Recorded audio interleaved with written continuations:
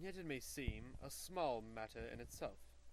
You are aware that I am not a very sound sleeper, and since I have been on guard in this house, my slumbers have been lighter than ever.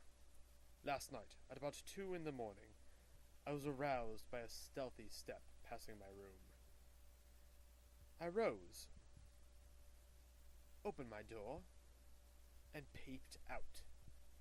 A long black shadow was trailing down the corridor. It was thrown by a man who walked softly down the passage with a candle in his hand. He was in a shirt and trousers, and with no covering on his feet. I could merely see an outline, but his height told me that it was Barrymore. I have told you that the corridor is broken by the balcony, which runs round the hall, but that it is resumed upon the farther side. I waited until he had passed out of sight, and then I followed him. When I came round the balcony, he had reached the end of the farther corridor, and I could see from the glimmer of light through an open door that he had entered one of the rooms. Now all these rooms are unfurnished and unoccupied, so that his expedition became more mysterious than ever.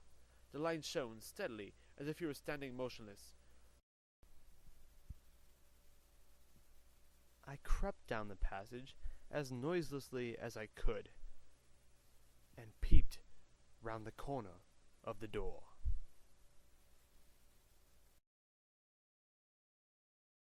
Barrymore was crouching at the window, with the candle held against the glass. His profile was half turned towards me, and his face seemed to be rigid with expectation as he stared out into the blackness of the moor. For some minutes he stood watching intently. Then he gave a deep groan, and with an impatient gesture he put out the light.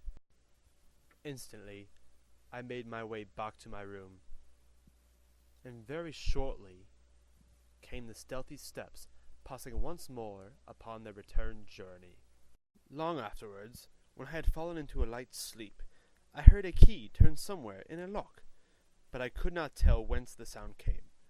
What it all means I cannot guess, but there is some secret business going on in this house of gloom, which sooner or later we shall get to the bottom of.